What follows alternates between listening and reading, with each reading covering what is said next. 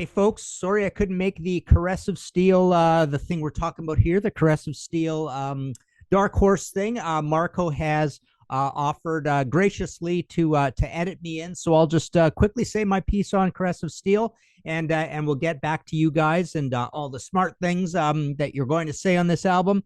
So essentially, I always thought of Caress of Steel as Rush's version of Sin After Sin from Priest or Queen 2 from Queen. It's a little bit, it truly is a dark horse. It's a bit of a dark album. It's a bit murky. It's a bit uncommunicative.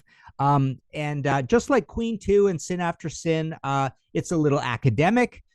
So there's that going forward as well. It obviously didn't have the sort of, the big warm hug hits and songs with a lot of magnetism that Fly By Night had. It kind of has that problem going for it.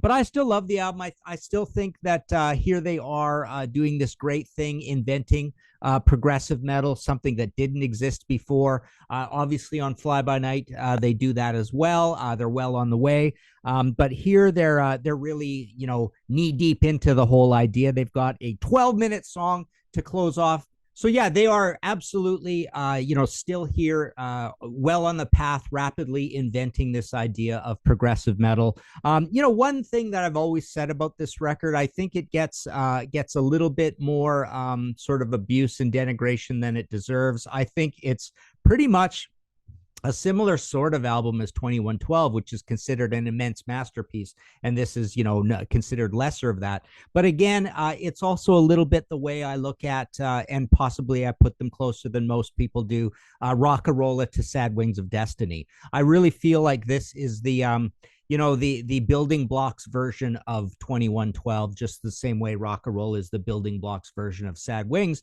and it's well on its way to getting there, sort of thing. Just the songs are not quite as good. The production is not quite as good. It's not, we're talking about Rush here at this point, so it's not quite as punchy as that is as well. And yes, I guess there are definitely some flashier, more muscular songs on 2112 that really make it sort of excel. But yeah, you've got the funny thing on this album, it's got like a 24-minute first side on it. So it's got a really long first side. Second side is 19 minutes. But yeah, you've got a 12-minute song on side one, Necromancer, and then you've got a 19-minute full side on side two. Necromancer, actually both of these are sort of similar in the way that I think, 12 and 19 is a big chunk of this album, obviously, right? So you definitely have the parts of all of these are less exciting than the parts on other long songs like Cygnus or 2112 or even Bytor in the before, like not a particularly long song.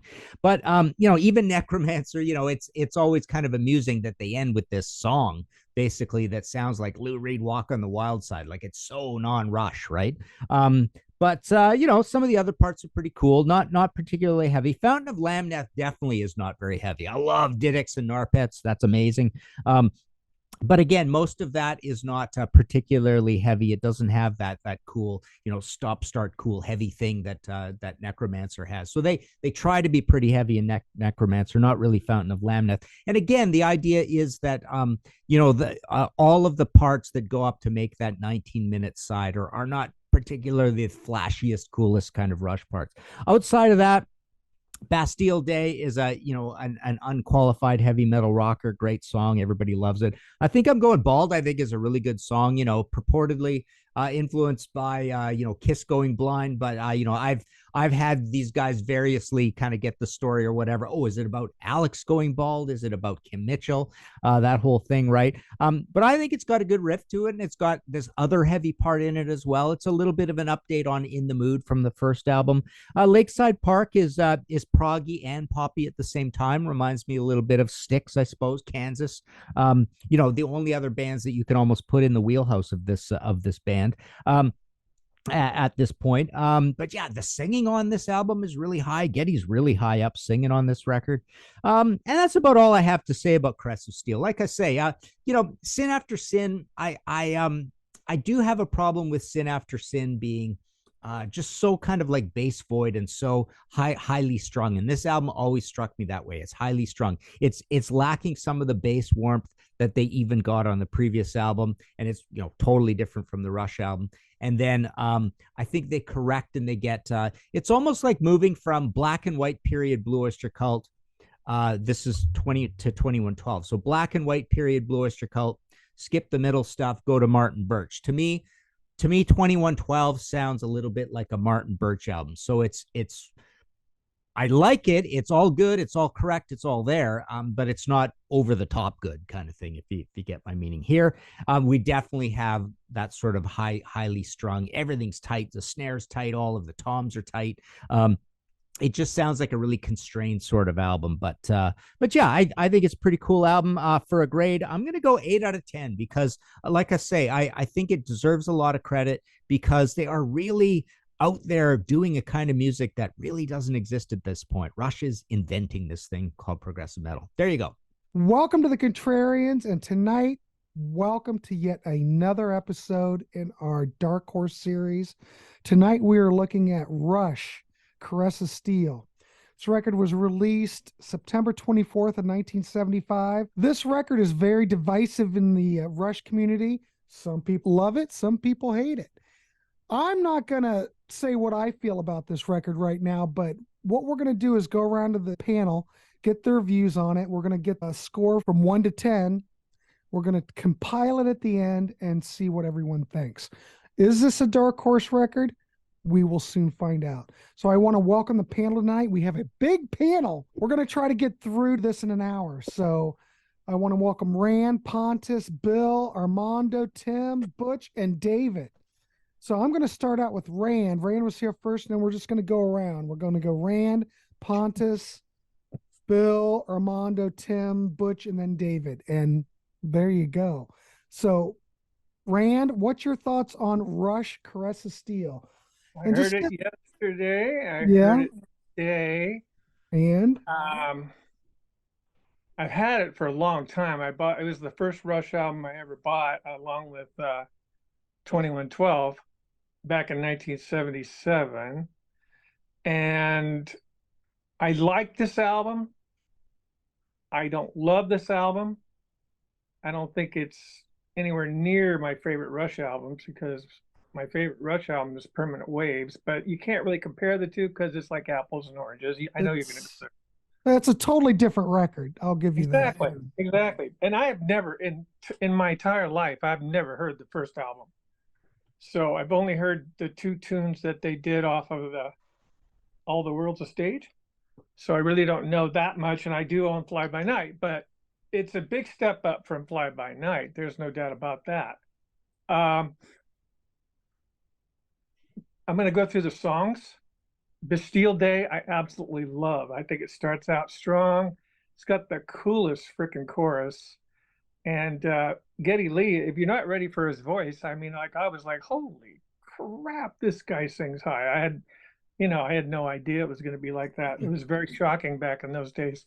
I love Bastille Day.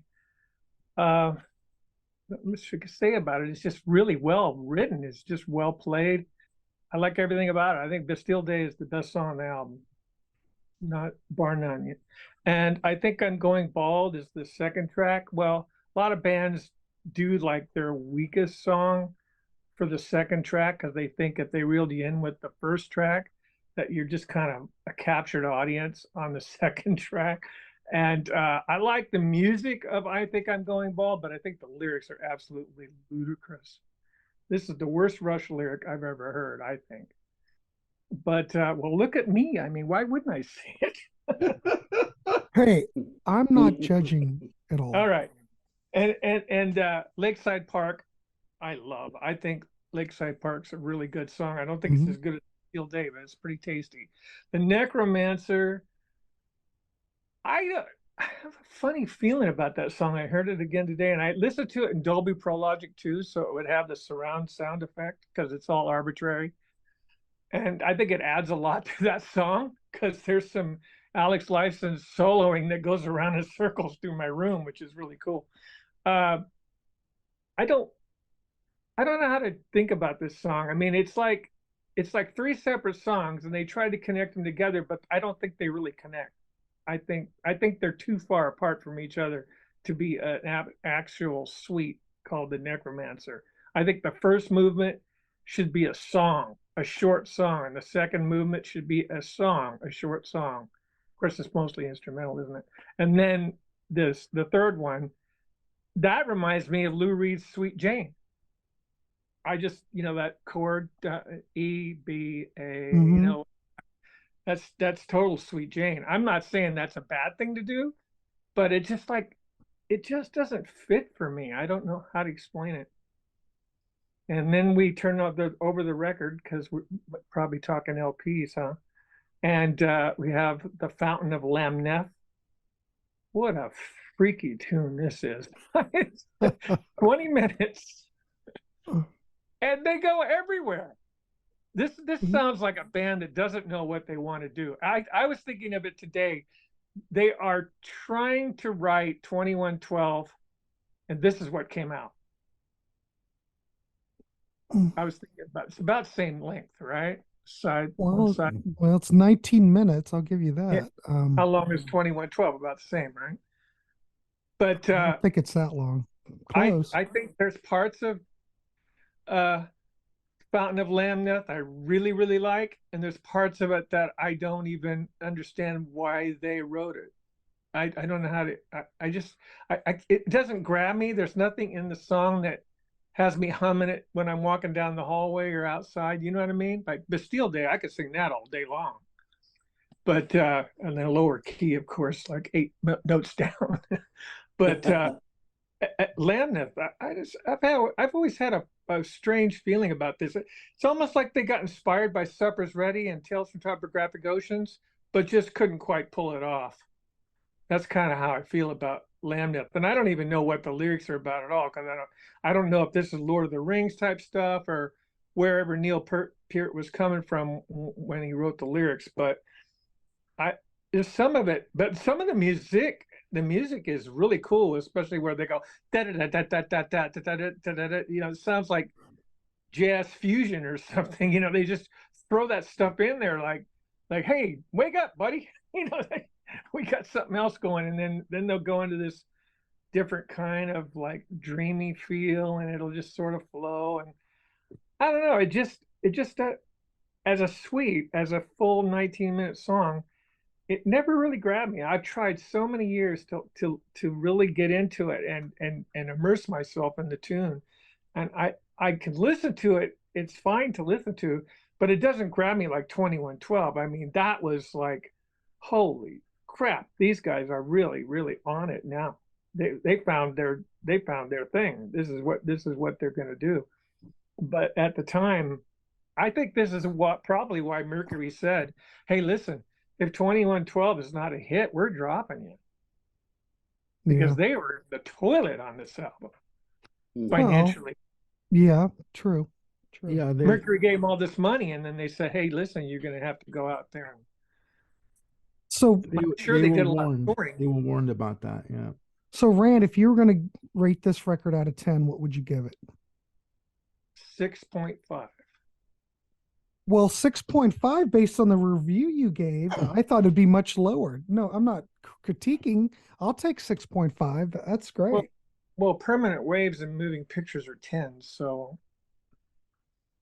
Well, I agree. It's quite a scale. And I don't usually do 0.5, but. Well, I don't think Rush has ever put out Rush has never put out a bad record. Let's be honest. Well, I just think this is like a stepping stone to where they were going, so I get that.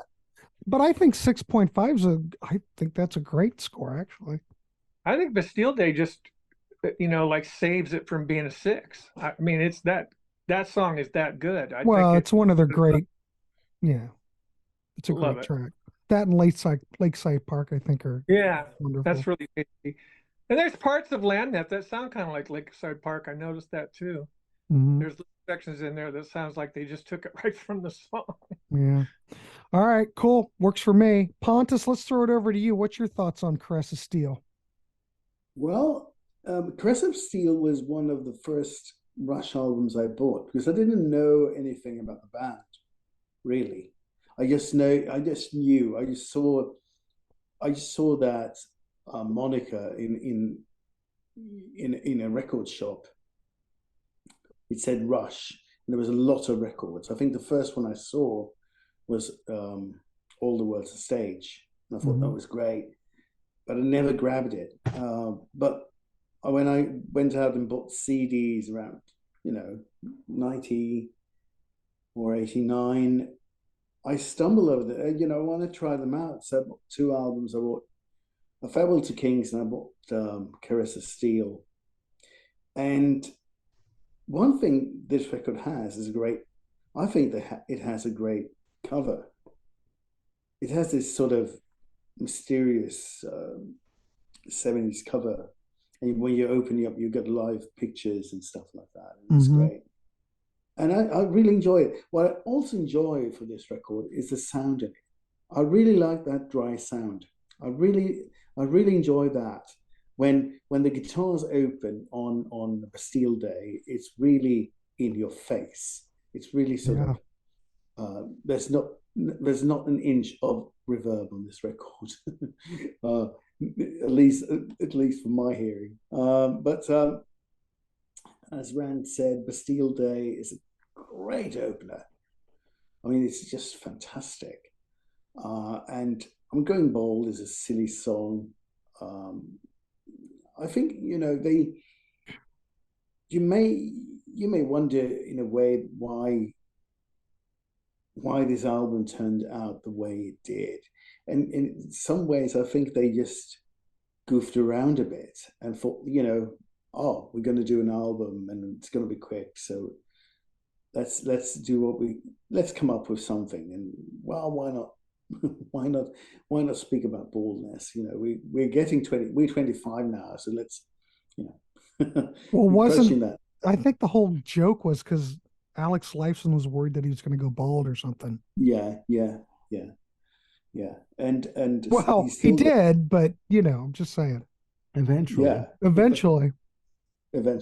But I mean, the Necromancer. I mean, one can argue when they made their first epic is that the Bytorans and the what's the title? Bytor and the Snow Dog. Snow Dog. I thought Snow Goose. I thought that'll work. That would work too. 10 seconds. Snow Dog. I would say that is the first epic. But here's an effort to make an epic. I think, as Rand said, they truly found out that there's already Led Zeppelin. Let's move on and make something different. And now, why don't we expand? And how do you expand? The funny thing with Rush is, we got 2 epics. We got The Necromancer and Fountain of La Nef, and this is the first sidelong suite. And the funny thing with Rush, when they did sidelong suites, they often made pauses in the songs on the sides, so it's more like small movements rather than a Supper's Ready, which is a continuous piece of music for 90 minutes. But it's, well, they trying, but they're finding their feet, and sometimes they slip. They slip right out of it when on second side, when there is this screaming, and in the middle of it, I don't know what that piece of music is called, but it's just one cool thing with the Necromancer, though, is the talking bit. I think it's a bit of storytelling here, and I really enjoy that. And I think that occurs very much on 2112 as well, when we hear that all control is, everything is under control, and I think that's Neil's voice, by the way. But it's a so-so album, but it's a building block. It's going somewhere, right. And it happens to be this is where they are in mid 75, and but it's still worth having. It's still worth listening to. It's still worth getting into. I would love to hear the live versions of those songs and see how they developed them live. I never heard any live material from that. Well, didn't they do Bastille Day in Lakeside Park? But I think that's it. They put the Necromancer live at least once. There's a boot out there of it. Oh my God, I haven't heard that. There I'd love is. to. Okay. See, I'd love to hear that. Yeah, very little live material from the Caress of Steel tour. It's like the big void in their catalog. Right. God, I would If pay they were money to to release that would sell through the roof. I think it probably would. People would love to hear that. Yeah. But if I would rate it, I would think a 6. 6, all right. Because it's actually a record that is okay to listen to. It's not, there's certain Rush albums that I think is, Hold the Fire, I can't really stand. But here, I can at least listen to it and think, So you would rate this better than Hold Your Fire? Yes. Okay, well, there you go. Hold Your Fire for me is a 3. Oh, okay. But I'm not an 80s person. I got it. I understand. I'm with you. Pontus, thank you. That was great. I'm going to throw it over to Bill Schuster. Bill, let's hear it. What's your thoughts on Caress of Steel? All right, well, we are the Contrarians, so I'm going to be pretty contrarian compared to what Rand and Pontus have just said in many ways. This is kind of a forgotten album in the catalog. It's the album with no hits, at least in my various parts of North America that I lived in over the decades. None of these songs got played on the radio. So it all has retained a certain freshness, and because of the fact that this stuff wasn't there were no staples in the live set here. This is, if you didn't know it was Rush, if this was just a standalone album, some lost, forgotten classic from the 70s, I think people might rate it higher. I think it would be considered a true lost classic. But people are judging it on a Rush scale, and, well, certain albums have a bit more cachet. They're a bit more popular in the general populace. Over the years, this thing has grown on me quite a bit. I think part of it might be that it's retained that freshness because that lack of overplaying.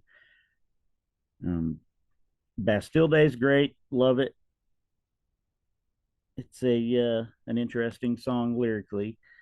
They're sort of kind of getting into their political lyrics, kind of putting a foot into it, but even they're really talking about the politics of the past. But I think I'm going bald. I'm going to be contrarian there too. I don't think that lyric is silly at all. If you take out the words, I think I'm going bald, maybe replace bald with, I don't know, I think I'm going mad. I think I'm going wild. I think it just any other word that might not sound so silly as a title. And just look at the rest of the lyrics in this song. We would, seems like only yesterday we would sit and talk of dreams all night, dreams of youth and simple truths, but now we're so involved with life.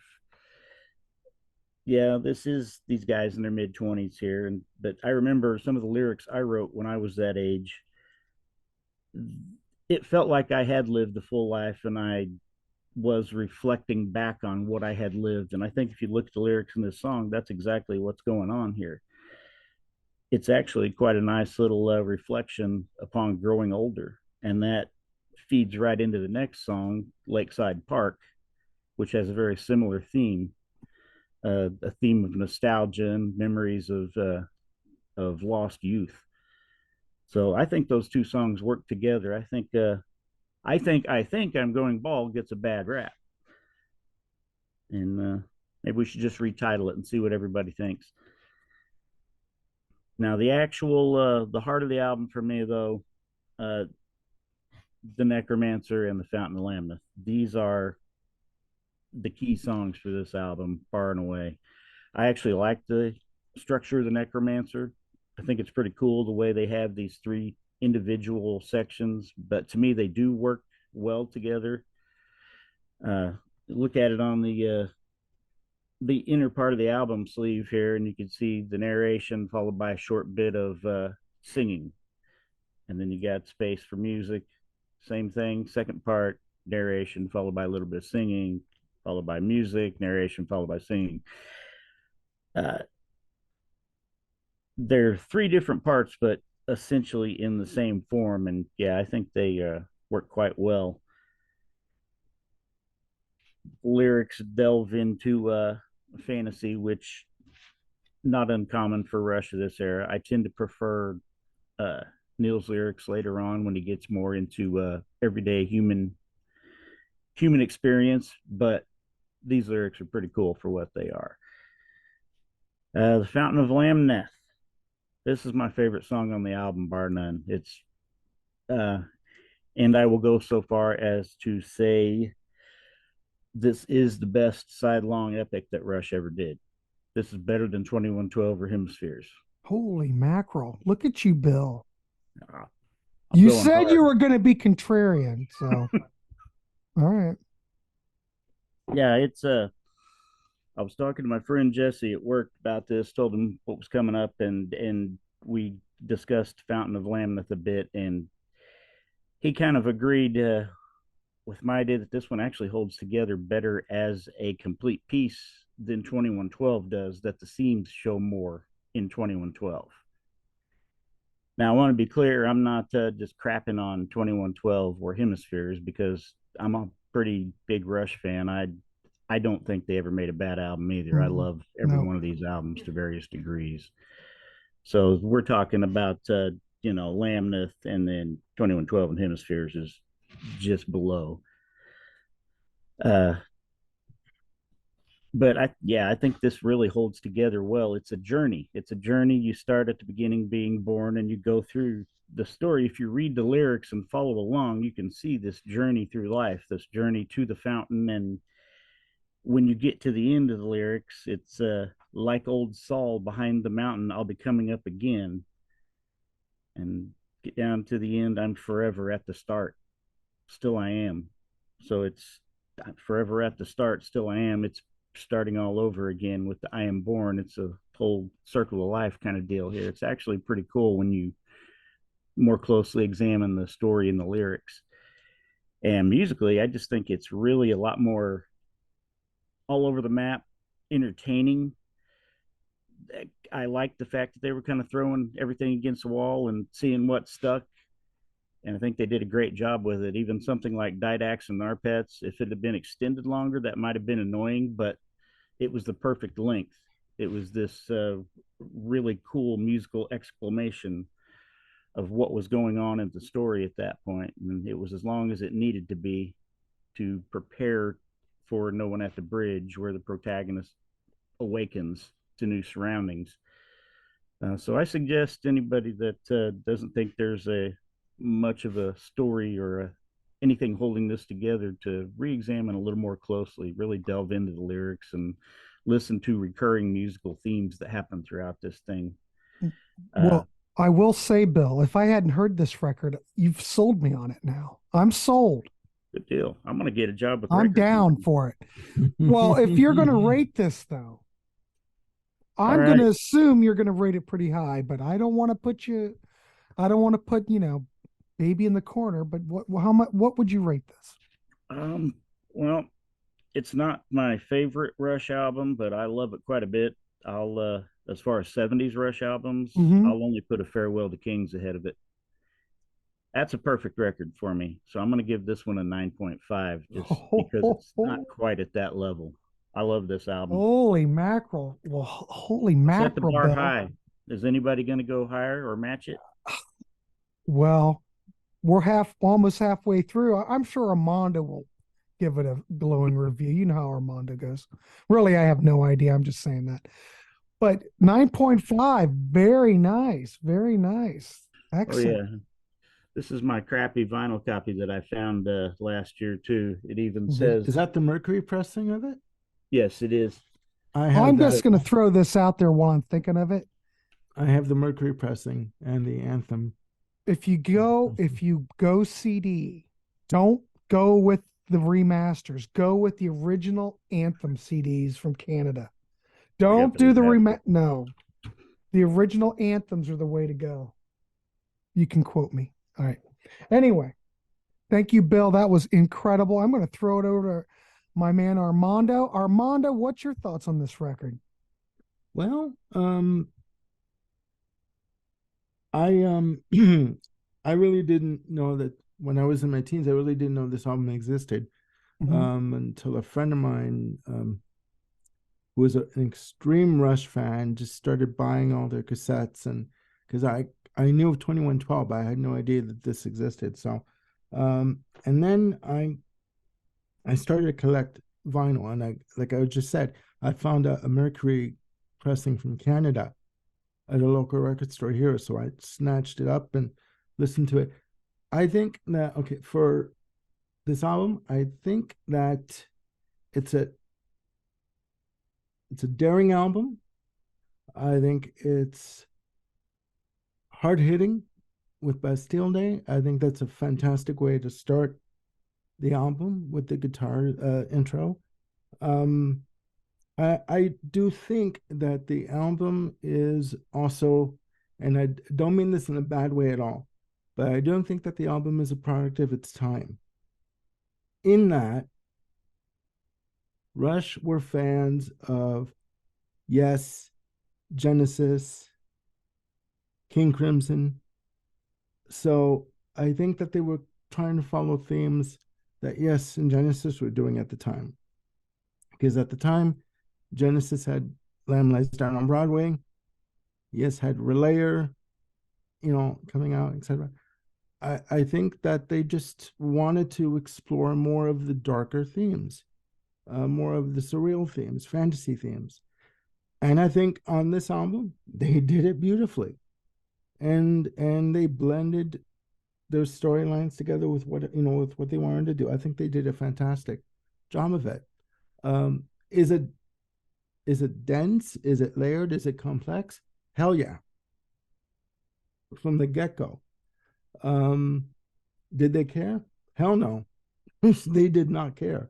There's a story that I think they may have confused their contemporaries, because I remember on the documentary of Beyond the Lighted Stage, I believe it's called, I have the documentary, Alex Lifeson said he played the album for Paul Stanley, because at that time they had just finished touring with Kiss, and he didn't get it.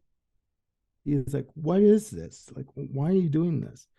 And they're like, well, no, this is what we want to do. And they're like, okay, if you want to, then it's your choice.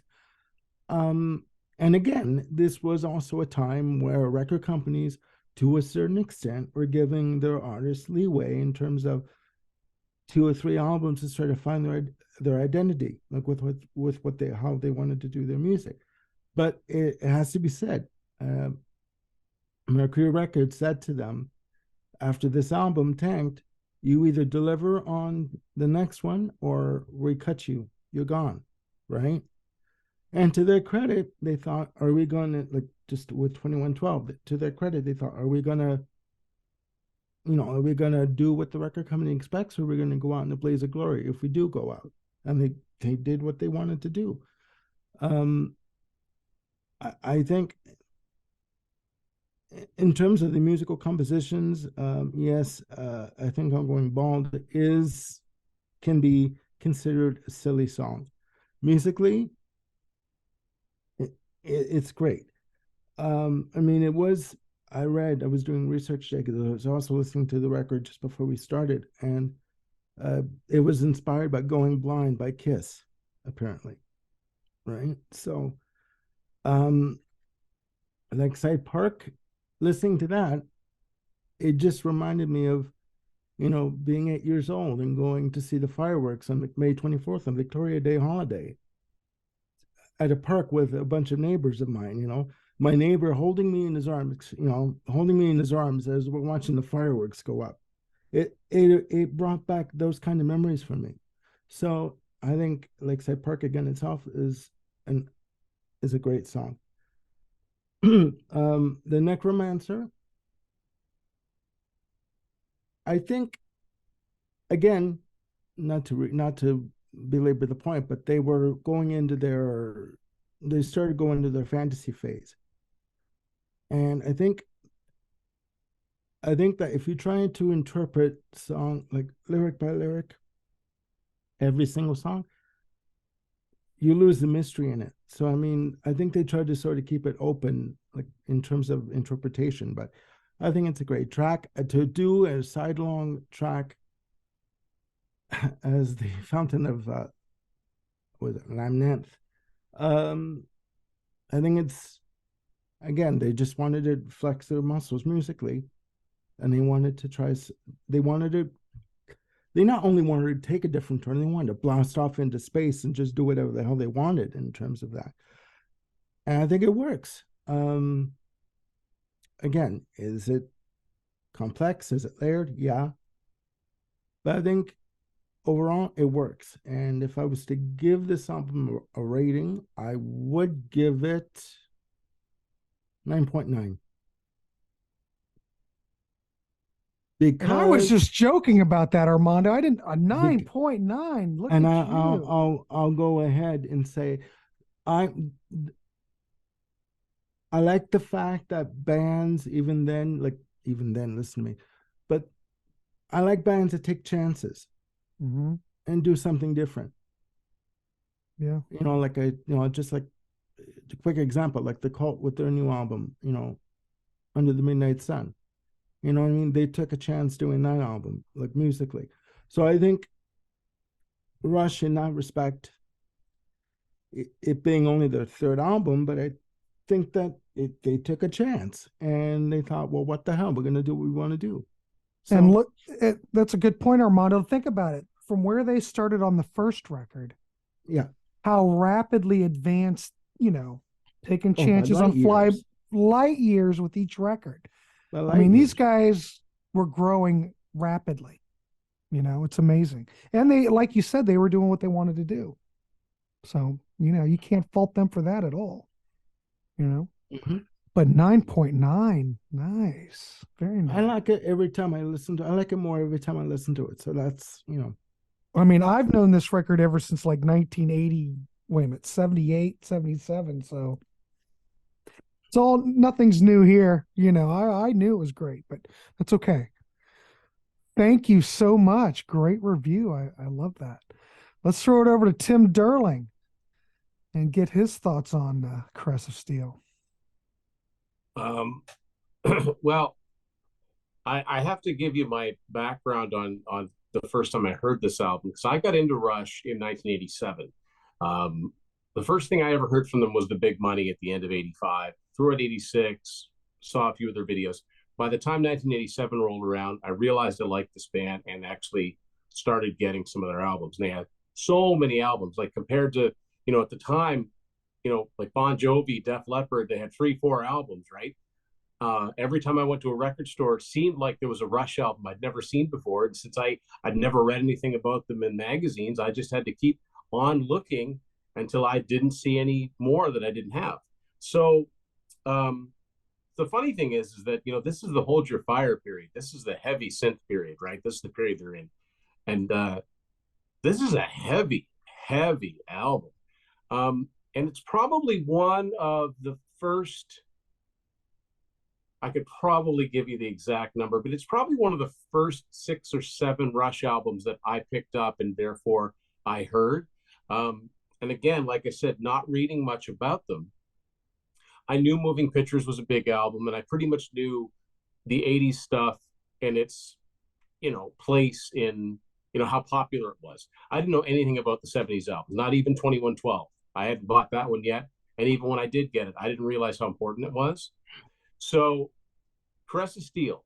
And the important thing to note is that when I bought Caress of Steel, because I grew up on the border, the US-Canadian border, I used to get a lot of cassettes in Maine.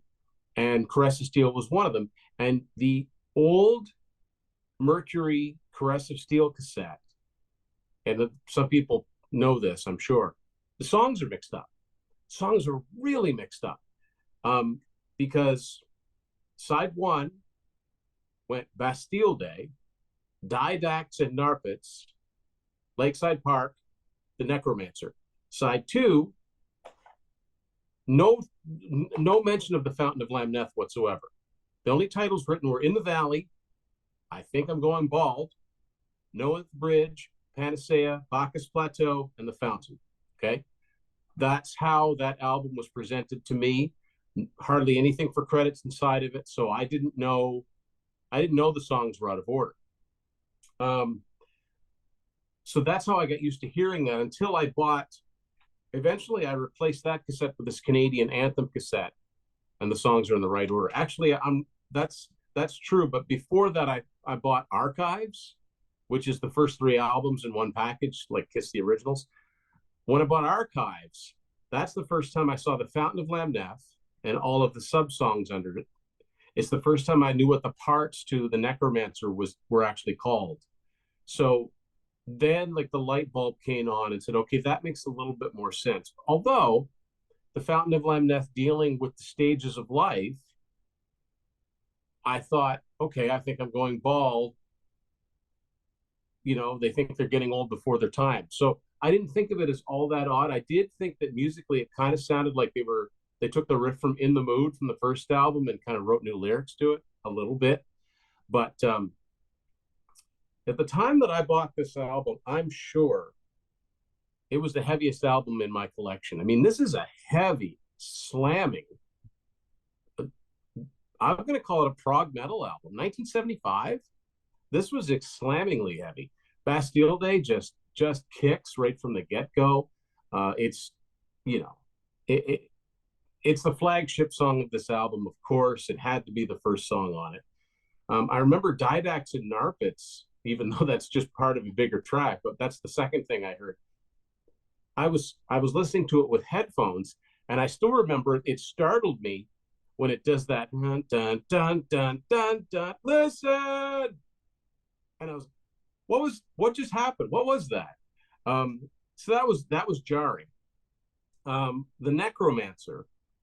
I wasn't into Lord of the Rings back then, but you know, of course, I became a fan later when the movies came out and stuff. And this is a total homage to Tolkien. Not per se. It's a few things different. I mean, so you've got the Necromancer, the Prismai, that's Sauron, the big bad in the Middle Earth universe. And then you've got the 3 travelers, which could be interpreted as Frodo, Sam, and Gollum, you know, on their way to Mount Doom, you know, et cetera, et cetera. But musically, this song is all over the map. It starts off with the narration, and I've said this many, many times before. When I was taking radio broadcasting in the early 90s, I discovered voice processing, and I stumbled upon one that made my voice sound exactly like, you know, as gray traces of dawn tinge the eastern sky. I could sound just like that, and I was just so tickled by it, right? I love the bluesy guitar solo at the beginning of that, once it starts in, the whole band. And you talk about heavy. Like, that's a heavy, heavy section. And then you get to the end section, which I later learned to be called Return of the Prince, and it's like super happy. And I think it was Rancid that sounded like Sweet Jane by Lou Reed. I also think it sounds like a band that all of the guys in Rush profess to be huge fans of. The Who. It's down, down, down. Like it's Bob O'Reilly. It's just those 3 big chords. I think that was their little Who moment, whether they realized it or not. Now, what's really funny about that is that in much later years, I discovered that Return of the Prince was released as a single in its own right, as its own track. Yeah, which is really odd, because I think it's like a minute and a half long. Can't even imagine that. There's like one verse, one chorus, and then it just fades out. But I don't know, maybe they were like, well, we have to put something out. I don't know what to put out for a single from this. So anyway, Fountain of Lamneth, I think, goes through some amazing, amazing passages. I think Diamond Head, we're listening quite closely to In the Valley, because that sounds like the song The Prince that Metallica would cover. I think they got that directly from this song. But No One at the Bridge is one of my favorite parts of this song. It's about adolescence and the awkwardness of it. I read that later on. I can totally get where Neil's coming from with those lyrics.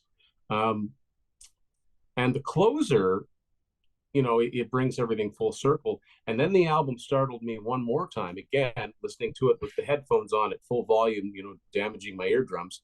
But you think the album's over, and you just let it play out, and all of a sudden, it does that thing at the end that, again, it snaps you back to attention. I have such fondness for discovering these Rush albums, like just such fondness. So between like 87 and like the beginning of 89, I eventually got all of them, not in order, listening to them all over the place as far as when they actually came out. And it's really, really tough for me to be objective, because they're one of my favorite bands, and they have been for a long, long time. They have a lot of 10s, in my opinion. They have a lot of 10s. Yeah. I wouldn't say this is a 10, but I have upgraded my original grade because I'm bolstered by the love I'm feeling for this album. I was going to give it an 8. That's as low as I was going to go. Now I'm going to give it a 9. I'm going to give this album a 9, because if this album hadn't happened, 2112 wouldn't have happened. This was their test run for it. And I still think it stands on its own as its own album. But let's not forget, these guys were 22, 23 years old. It's amazing the music that they were making. So sophisticated. I know that Terry Brown was the big brother. He was their producer from Fly By Night Through Signals, and they made a great team. But still, these young guys putting this complex music together, I just, hats off to them. And it was just, you didn't know I was I was 1 year old, but I can see where people, that were in on it from the ground floor would say, okay, yeah, these guys, I don't know what they're doing right now, but they're destined for greatness. They're so good. Something's got to happen. And thankfully, they came out with an album in 2112 that appealed to the masses. And it's the reason that we're all here talking about them today. And I also want to talk about the cover art too. This was the first thing that Hugh Syme ever did for them that became his, he was Rush's album cover designer for life after this. Love the cover. And I love that the way that it actually shows up a little bit better on the CD. I do have the remastered CD, but the original CD didn't reprint the lyrics. I love the way that these are printed. Yeah, like it's just so classy and cool looking. Yeah, I'm giving it a solid 9, and because I don't want to let anybody down that's expecting it, here's the 8-track. Holy crap! My night is complete. The 8-track. Yeah, my night is complete, Tim Darling. And let me just add, real quick. Most people know Rush had Anthem Records in Canada. Anthem Records didn't form until 1977, and so, as Armando said, it is possible to get Mercury versions of the first album, Through All the World's a Stage. They're not very common. They're not very common because you see the Anthem ones and then the Anthem reissues and the Anthem reissues more than anything else. But I do have a vinyl of 2112 that is Canadian, and it's on Mercury. And this 8-track is actually a Canadian Mercury release. So yeah, at one point they were on Mercury on both sides of the border. But of course, Anthem Records, when they formed that gave them the freedom to do whatever they wanted. But yeah, I give Caress of Steel a 9, and I can't fault that album for anything. I enjoy it. For all of its perceived faults, I chalk it up to being just a bunch of young guys throwing everything against the wall, and I think most of the results are pretty darn good. Excellent. Well, I must say I do give props to the remaster because it does have something inside where those original CDs are pretty sparse, but they sound great. Yeah, they do. They're the CDs were made well, and technically this is actually a Canadian one, so maybe they used the Anthem CD. I don't know. Now all the remasters are all. I'm sure they're the same. They just got shipped up here, and they stuck Anthem on it instead of Mercury. All right, cool. Tim Derling, excellent review. I love that. A 9. I don't know where we're going to end up, but it's looking pretty good. I'm going to throw it over to Butch. Butch, what's your thoughts on this one? All right, I was a slightly later convert to Rush, mainly because when I started really getting into music in the '80s, I was really into. I came out of the gate really kind of more of a metalhead, so some of this stuff I got to a little bit later. But I did like Rush at the time. It was a while before I really started exploring that catalog.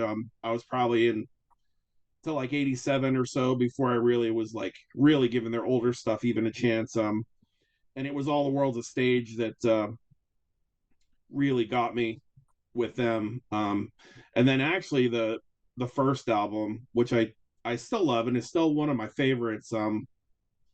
Just so it's even though Neil's not on it, and in all its primitive, proto metal glory, I just love that record. This one though, actually, man, this is one of the latest ones of the classic records to kind of creep up on me, and it's taken years to kind of start growing on me. The first couple times I listened to it, probably back in high school, I had a friend that was a huge Rush fan and would let me borrow his cassettes. And I don't know, I didn't think much of it the first time.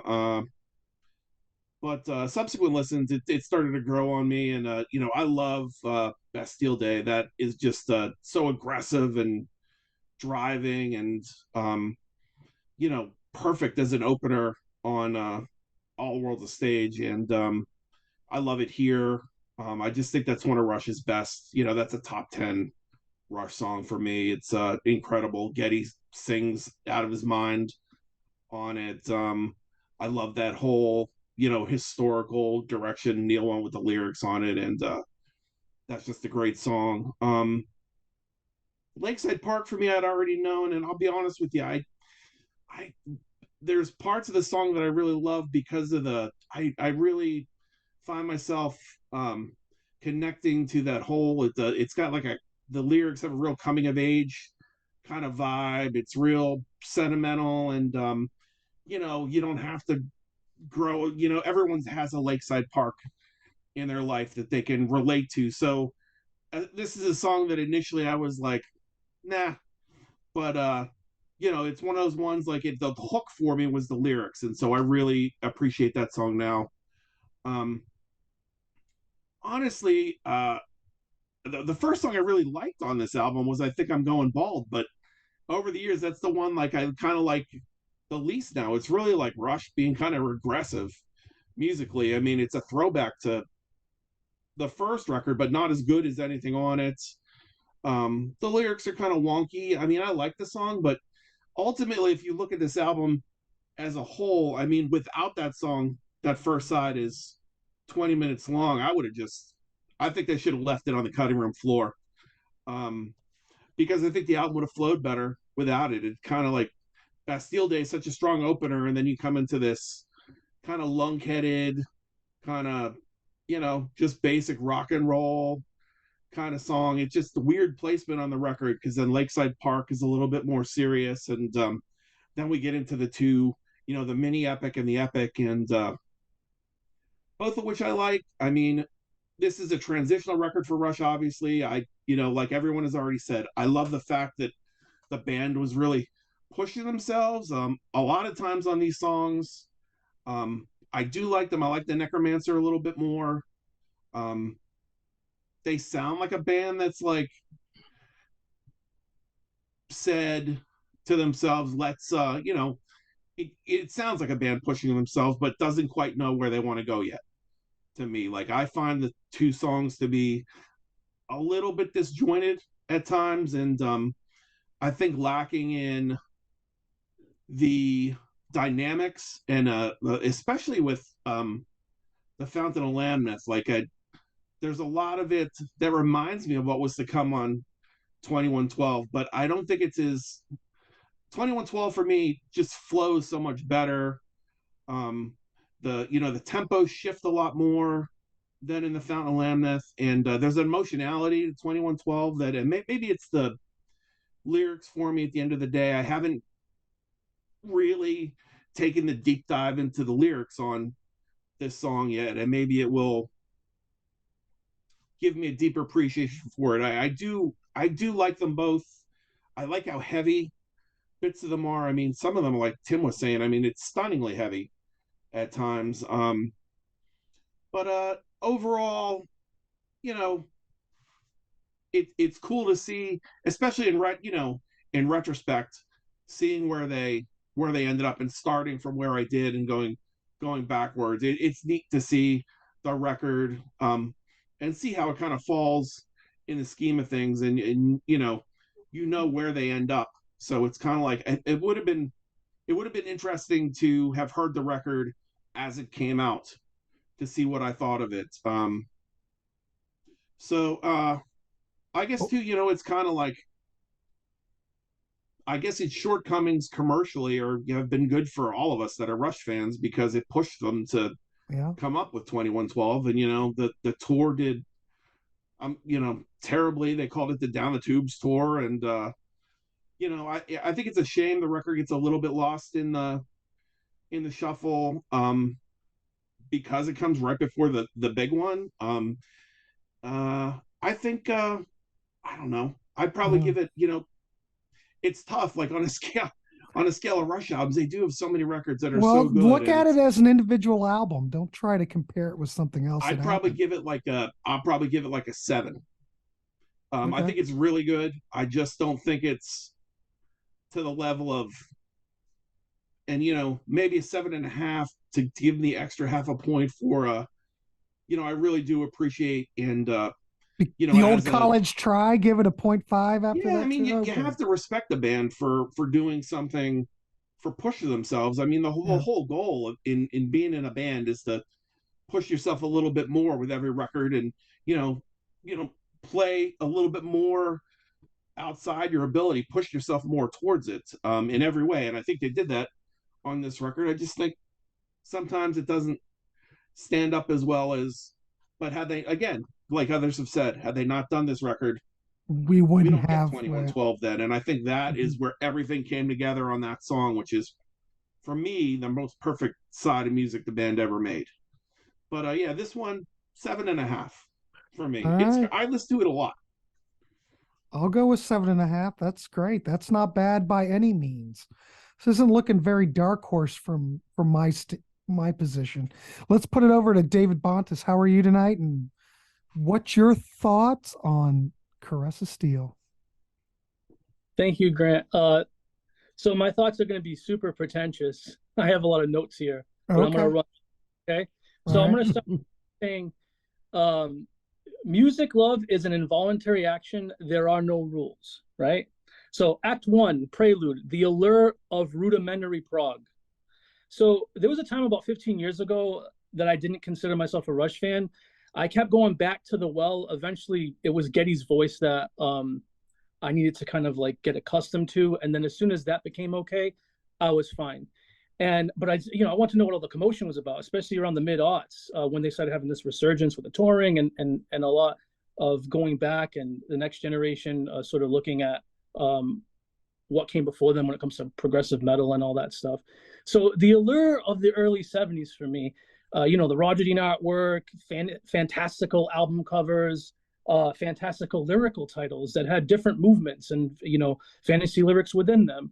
The whole idea of a concept album, the idea of having an album cover that doesn't even have a name on it. So I gravitated to this immensely, and I found out quickly that I had this niche affinity for rock bands that were sort of demoing with the idea of being epic. Styx was another cohort at the time that I remember falling under this category. So in essence, if you had an epic song on your album, then I was going to be checking it out. I grew up in a time when parental advisory stickers might have just been a signal that said, buy me if you're cool. So I followed that same rebellion, and I would see these lists, and authors and journalists that always say that bands it seemed like the bands that had two names, like Led Zeppelin, Pink Floyd, Deep Purple, these were all the great bands of the early 70s. And then you get to the mid to late 70s and you got the bands with the single names, Rush, Kiss, Styx, Journey, Foreigner, Triumph. These are all the bands that were supposed to be trite and you shouldn't listen to them. And, maybe this sounds familiar. Blah, blah, blah, blah, blah, blah, blah, blah, blah, blah, blah. So I was defiant. I was curious.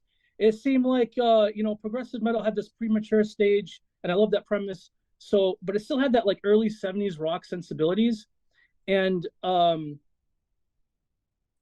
you're just sort of like leaning towards want to try out these sophisticated themes and either musically or lyrically. So, the Gentle Giant and Soft Machine, like prog fundamentalists, kind of gatekeepers here, they perceive this as like sort of like in the land of the blind, the one-eyed man is king type of deal. But from the vantage point of like, lowbrow, blue collar, hard rock lovers, right? I'm pretty sure we were just delighted to see that there was rock and then it had a few new tricks, a few new complexities, some prog flourishes, to the output. If you want to call it prog light or not, I don't care. I noticed somebody mentioned Paul Stanley. He should have paid more attention when Kiss was trying to do a fancy concept 6 years later. I think half of Music of the Elder is bulletproof, by the way, so I'm not trying to drag on it too much. So remember, music love is an involuntary action. Act 2, entering the fandom. So I grabbed Chris's Seal. I'm noticing that they have a couple of long songs on it. And I started listening to Bastille Day, pretty cool. Next 2 tracks, skip. Don't really care too much for them. And then I hit track 4, and I'm hearing these opening chords, and my eyes just widen and my head goes back. And I start hearing like these backwards guitars like swirling around me. And it's making me feel like I'm in Star Wars and in Millennium Falcon, and like there's in hyperdrive speed, like we're just going past me. And then I hear that low pitched voice, and I froze and I went, "Oh my God, they really did this nerd shit back then." And I was like, "This is so awesome! I love this stuff." The Necromancer, specifically the first movement, the In Darkness section, was the password needed to crack the code for me to become like a Rush fan. That slow trepidation, the chord progression I favor tremendously. The fantasy lyrics allowed me to become one of those paladins vicariously. I've listened to it more than 10 times in this past couple of days just preparing for this episode, and like the hairs still stand up. I still get goosebumps when I'm listening to it. There you go.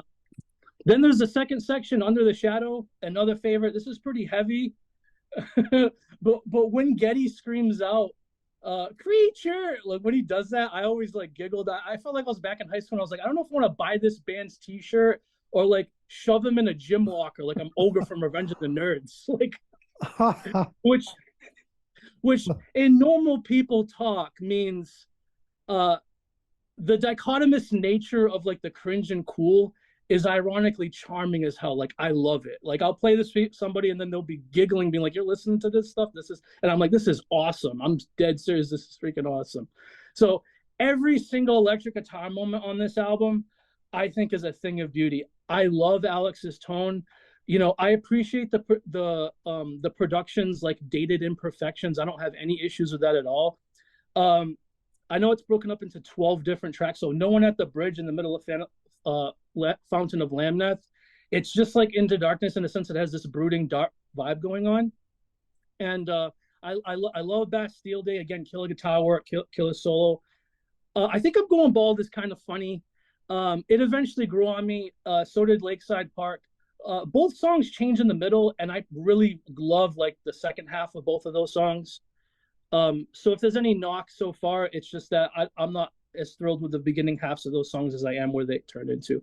And I remember getting like a mix, and I had like Rainbow, Catch the Rainbow, Led Zeppelin, No Quarter, Nazareth, Please Don't Judas Me, Judas Priest, Run of the Mill. You can even throw Pink Floyd, Welcome to Machine, Styx Castle, these brooding long songs that have these fantasy elements that can be considered like prog light, or there's some prog firsters, but nobody considers this like prog, right? So Act 3, right? A rush to judgment, the rhetoric of Caress of Steel, and false metrics. So pretentious. All right, so Caress of Steel is my pick for the best Rush album. And Rush is competitive. They're competitive musicians, and the fan base is intrinsically competitive because it's hard to pick a favorite. There's 19 studio albums. To those that find this incomprehensible, just think hemispheres and go backwards. It's I'm not trying to make it any more complicated than that. Hemispheres is acceptable as a prog masterpiece. So is Farewell to Kings. So is 2112. And if you follow that lineage just backwards, it just is like the nascent stages of that. And I love all of those. I love all of those albums. So when people, I know this is a common thing, they'll mention the Necromancer, they'll mention how it's, or the Phantom Lamb, they'll mention it just sounds like separate pieces that are just sort of put together like arbitrarily to make it seem like it's an epic. I say, so what? I mean, if I heard the music of Patches to Bangkok, Twilight Zone, and Lessons, and they just had shoved it in one long track, I still love the music. You know what I'm saying? Yeah. Like, if like one of the songs that's in the middle of it, then I'm sort of like intellectualizing after the fact why I don't like it. But like, that's the trick of like perceiving music, is that you just perceive it, you feel it, and then you intellectualize afterwards. If you loved all three of those movements in the Necromancer, you wouldn't like probably opine as much about it. I do understand that you can make the argument that knowing what Rush became and stuff like that, it probably would have been better for the composition if they had more reprises in it, just so it sounded more woven. You can make that argument, that's fine. But yeah, I actually was able to separate all 12 tracks on my MacBook's program and just enjoy each track and sort of jump to everyone if I wanted to, and see how disjointed it does kind of sound when they have the track 2 on side A and track 2 on side B, like switch, like Tim was mentioning earlier, how Dick Tax and our picks are swapped with I Think I'm Going Bald. And I'll leave with this, like, this is my hot take. I don't mean this as any disrespect to anybody at all, because I've done this all the time, but I'm not going to do this anymore. I'm not going to state that I have a favorite but then I think that another one is like the best album. You know, I get how some people, they'll say like, you know, I've been a Rush fan for 20 years, 18 of those years I loved, you know, 2112, and then the last two, like I picked Signals as my favorite, so something changed. Like, I get that. So many Rush fans favorite album is like a 5 or a 7-way tie. It's a common theme in Rushdom. You know what I'm saying? Yeah. But I think I think it's this bogus premise that, you know, like, my ears are the only technology that I have to listen to music. So if my ears are subjective and they're telling me something's a favorite, how am I supposed to figure out an objective favorite? Like, whose ears am I using to figure that out? Do you know what I mean? Exactly. What ends up happening is that I don't like this because it implies an authority. It implies like a hierarchy. And what I think is really happening when sometimes people, because it usually is like, they'll mention like a popular one. Like, you'll say, yeah, my favorite album by Rush is Caress of Steel, but I think that, you know, 2112 is their best album. It's usually like, I think what's happening is you just don't want to deal with people in the comments, or like just annoying and everything like that. It's like, this is my opinion, dude. Like, just let me be. You know, and they're out there, like, pick your favorite YouTuber that does videos, right? Like, a lot of times they're always doing this disclaimer that, you know, to say, this is just my opinion. It's not, I'm not saying this is the law of the land. And people assume, and they get frustrated about that. And it's weird because it's like projecting that they're like speaking the word of God or something, like, you know what I mean? And that's not what they're doing. This isn't gospel. So I remember one guy was doing a ranking video, and he's like, it's 19 studio albums, and he's like, yeah, 2112, I just don't get it. I'm gonna give it a 4.5. And I'm like, what? I have a collection filled with 4.5s. Never is the idea I'm gonna think I just don't get it when I have like a giant collection of 4-star to 5-star albums. Like, I think that he's just trying to avoid all that heat. You know, it's like if I was walking into a Patriots game on a home game and I'm a Raiders fan, I don't want to wear a Raiders jersey in the middle of it. Like, I don't want to deal with all that aggression and stuff. But this is a little bit different. And I also, I sometimes I feel like I'm putting on like, it feels like I'm putting a shiny red apple on the teacher's desk. It feels like I'm trying to fall in line with the authorities that make the rules. You know, like saying that Caress of Steel is like a guilty pleasure. They used to just call it honest opinion. Then they had to change it to guilty pleasure because that, I guess that signals that like, yeah, I know I got the scarlet letter on me, but you know, don't take away all my credibility. I don't fly with that, because look at it like this, right? I did some research, the IRA, right? Moving Pictures sold 5 million plus in America, right? So I'm just going to go by the US stats. Their second best album sold over 3 million. That's 2112. Okay. Every other album under that sold a fraction. So if we're looking at this, all these people here couldn't even be bothered to buy like the other 17 studio albums. So why are they dictating the terms of what is like the best or not? This happens in all fan catalogs that are very long. You know what I'm saying? Why is it that the couple at the top that are the popular ones that we have to like give credence to that when all those are like, this is like the Kiss Destroyer argument where it's like 2112 and Moving Pictures are the favorite or the best Rush albums by fans who don't like Rush, by people that aren't really Rush fans. They only cared for 1 or 2 albums and that's it. So I think that just doesn't make any sense to me. Like, especially knowing Rush fans know this quality all around that all of those 19 albums, give or take like your few that you want to put at the bottom or whatever, everybody's got a bottom list. So yeah, I just don't want these large catalogs to get appropriated by like the more popular sounds. And yeah, because music is an involuntary action, and without it, we would become empty, mindless specters. Thank you. Holy mackerel. Good Lord. Damn, David. Fantastic. All right. But what would you rate this? I know you're going to rate it high. You give this a 10? 9.5. 9.5. Okay. I just want to say, Grant, Yes, I don't sir. envy you. I do not envy you having to follow that, David. That was outstanding. Oh, Kudos. I'm not going to follow that. fantastic. We're going to That was wind this one up. fantastic. He That was raises really a good. Yeah, Grant's that was pulling the awesome. host card. That was awesome. Yeah, I'm hosting And he- this one. I I have think my yeah, own that's a good opinion, point. but just quickly This to album David's took 18 point. years to be certified gold. It didn't go gold until 2000 or 93 or 1993. something. Yeah. Yeah. Yeah. There's a lot of platinums, but yeah, there you know, the graph of their, it goes Yeah. yeah. So And I that's guess a you good could call point. it like a That's a good sleeper point. hit. It's like those are the type of people that would say, well, Moving Pictures and maybe 2112, that's all you really need by Rush. No, it's not. You No. need all of it. Well, if you're a Rush fan, you need it all. Yeah. Yeah, I'm with you. And it's not like they made these 2 albums that are so different than everything else, right? Like, yeah. Just to go with David's point for just a second, there is this thing of people moving with the pack. Like, you know, you've got 10 people, 9 people will say, for example, Kiss Destroyer is the best Kiss album.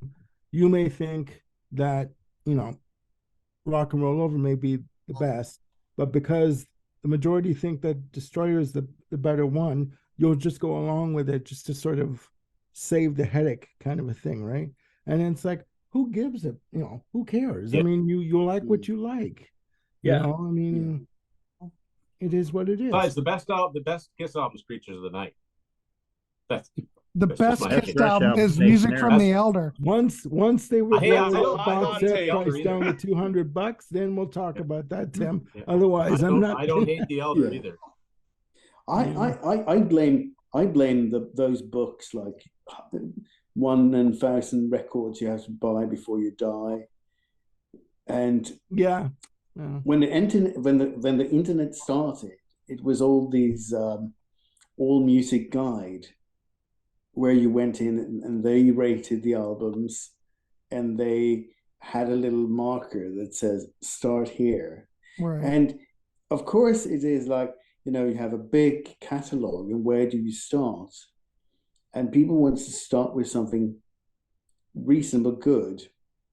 So, but that David has a great point that, you know, it's easy now to go out there and listen to whatever album there is. I can listen to Hold Your Fire, you know, anytime, just to remind myself I don't like that album. But yeah, it's very easy to do. But you have these sort of canon thing that you have to, you have to have that album. You have to listen to this. Mm-hmm. And then you realize that, you know, once you start listening to something else, like, you know, let's say the Who, for instance, you have Who's Next, and then you suddenly listen to Who by Numbers. Right. That is totally, you know, an album that is not have no hits at all, Mm-hmm. and you realize this is good as well. Because, yeah. Mm-hmm. Yeah. Good point. Good point. Well, I've tallied the average, and we've got a 6. I can't see it now, but what we've got, the average is 8.3 is what we give this record, which leads me to believe this is not a dark horse record. I don't know. No. But this is the Contrarian, so we are being contrarian. But I think it's a fair. Can I change my rating? Can you change your what? Rating? Well, sure. I want to raise it. I was a little unfair to that album after listening to everybody what they said. I felt like a piece of crap, man. I almost left in shame. Well, you gave it a 6.5. I know. I'm gonna change it to a 7.5. Okay, well, let's. I'm going to lower retally. mine a point then. Yeah. Stop it! All right, no one else can change your Mine score. again. What was mine? 15. Armando, I think you gave it a 9.9. Yep, I stand by that. Oh, good. Figured to All Rand's right, the guy I'm that Price is Right recalculating. that bids $1. Now we're at 8.4. What'd you it say, didn't change. Tim? I said, Rand, you're the guy on The Price is Right that bids $1. That's funny. They usually win too. When They they usually make do. a dollar. Yeah. So there you I'm go, on kids. Jeopardy. I'm gonna bet 0. Yeah. I wager nothing. There you go, Crest of Steel. We give it an 8.4 as a collective unit. Not as So bad as I thought. I'll just say that. no, I thought it might have. I thought it was going to do worse. So I applaud all you gentlemen. I think No, I that's, mean the I think it's album. great. I mean the album to me now. Oh, I gotcha. I'm gonna listen to it again with a different. Also, I wasn't paying that much attention to the lyrics because when I was on Amazon, Fountain of Lamnet didn't put up the lyrics for me on my 60-inch screen, but they did for Bastille Day and everything else. Interesting. Yeah. So I don't know the lyrics that well. That's what I was trying to say. I don't know what Willow Day means or anything like that. All right, gentlemen, let's wrap this one up. I want to Well, thank each one of you for coming on. I want to thank Rand, Pontus, Bill, Armando, Tim, and Butch and David. What a great discussion. This might go down in history books on the Contrarians for a Dark Horse episode. But if you like this content, please like, subscribe, and by all means, people, leave a comment about Caress of Steel down below. So, absolutely. Do you like this record? Give your rating. I'd love to know myself. I don't know. I do know back in the day, none of those Rush albums were really thought much of. And over time, they've really, you remember Rolling Stone would give them like 2 stars. They hated Rush. Yeah, They did that were to like never every the hard Durans rock of band. Rolling Oh. Stone. Yeah, they Rolling hated Stone. Queen. They hated everybody. But But you tonight, gotta figure. this And we group hate doesn't. Rolling Stone. Well, Rolling Stone's just a shadow of what it was. But this group, we do not dislike Caress of Steel. So check it out. Leave your comments, and we'll see you on the next one. Everybody have a good.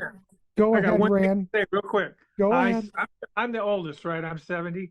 I saw Rush on my television in Sacramento in 1974 or 5, I mean, and they were doing Fly By Night. Dang. The Don Kirshner. Yeah, John Yeah. Kirshner's concert. Yeah, But that you would have been saw it. it. You saw it. I when can't find it. I've been looking for it on YouTube and I just can't find it. You saw It's it on live. the R30 DVD. There's clips from it. There's Oh, there's okay. In the Mood and is it? Oh, it's not best I can. Oh, it's gone right out of my head. But anyway, yeah, it's out there. People, Cool. you just saw the first time Tim Derling lost a thought. I just wanted Right. to quote that. Yeah. I wanted to I bring gotta that check out it to out. everyone. He Yeah. became All right. unspooled. All right, Yeah. gentlemen, I want to thank you all for coming on, and everybody, like I said, please like, subscribe. You know the thing. All right. Good night, everybody. Great job, Grant. Do it. Bye, everybody. All Good right. night.